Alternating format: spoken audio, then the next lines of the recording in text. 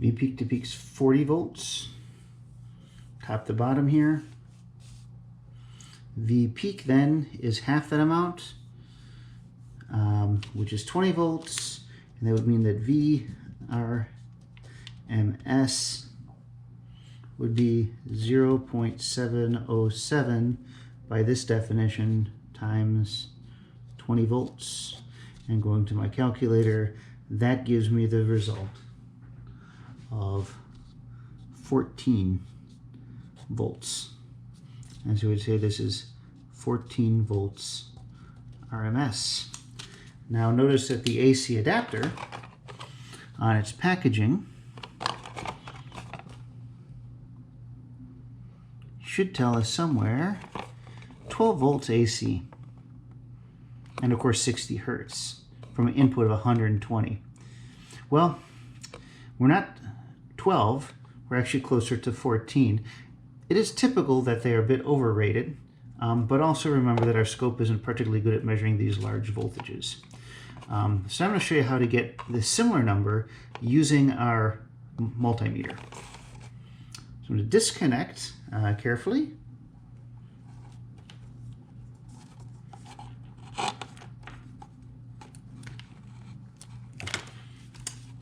Our AC power supply. I'm going to grab our voltmeter. Got my probes in there, but notice that this time I'm going to use it not on DC voltage as we were doing all of last quarter, but on AC voltage, which is over here.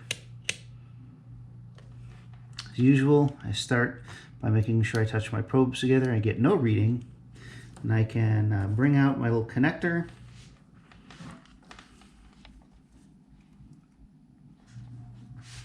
Be careful, because I do not want to accidentally touch the two prongs to each other.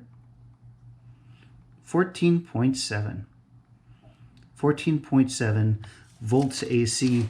That is very close to what my oscilloscope said I had, certainly within my ability to make that measurement. So 14 volts AC, or 14.7. We're getting a little bit more out of it than the rated voltage. That's absolutely fine, because the Euro rack is designed to work anywhere between 12 and 15 volts as the input.